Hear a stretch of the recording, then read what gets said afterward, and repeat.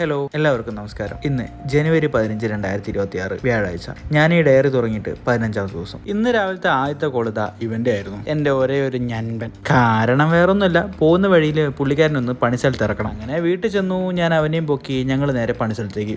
ഈ കാണുന്ന പോയിന്റിൽ അവനെ ഇറക്കിയിട്ട് ഞാൻ നേരെ എൻ്റെ പണിക്കായി തിരിച്ചു. ഇന്നൊരു പ്രത്യേകത ഉള്ള ദിവസമാണ്. കാരണം എന്താണെന്നൊക്കെ ചോദിച്ചാൽ ഞാനൊന്ന് കരഞ്ഞു. അതിൻ്റെ വിശദീകരണം എന്താണെന്നൊക്കെ ഞാൻ പിന്നീട് പറയാം. ഇപ്പം ഞാൻ നേരെ ബൈപ്പാസിലേക്കാണ് എത്തിച്ചേർന്നത്. ഈ ടോള് തുടങ്ങിയതിനു ശേഷം ഒരുപാട് വണ്ടികളാണ് ബ്ലോക്കിൽ പെട്ട് കിടക്കുന്നത്. അതൊന്നും പിന്നെ ഒരുപാട് നേരം നോക്കി നിൽക്കാൻ സമയമില്ലാത്തതുകൊണ്ട് ഞാൻ നേരെ പണിക്കായി തിരിച്ചു. ഇന്നത്തെയും എൻ്റെ യാത്ര തിരൂരിലേക്കാണ്.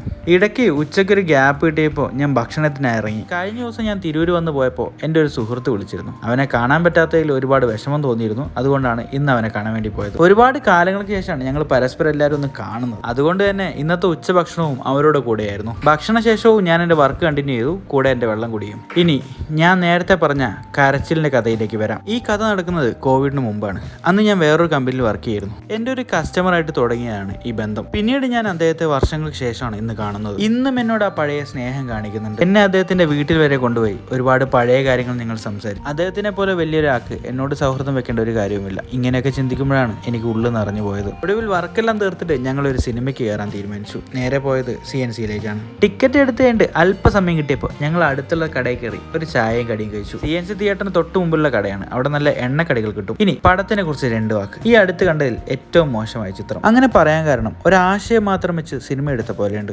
തുടക്കം മുതൽ അവസാനം വരെ ടിസ്റ്റുകളുടെ ഘോഷയാത്രയാണ്. അങ്ങനെ ടിസ്റ്റ് മാത്രം വെച്ച് പോയപ്പോൾ ഒരു കാര്യം മിസ്സായി, കഥ. വല്ല OTTയിലും ഇറങ്ങിയാൽ കാണേണ്ട സിനിമയും കണ്ട് ഞാൻ അങ്ങനെ വീട്ടിലേക്ക് മടങ്ങുന്നു. അങ്ങനെ ഇന്നത്തെയും എൻ്റെ ഡയറി കുറിപ്പുകൾ അവസാനിക്കുന്നു. എല്ലാവർക്കും നന്ദി.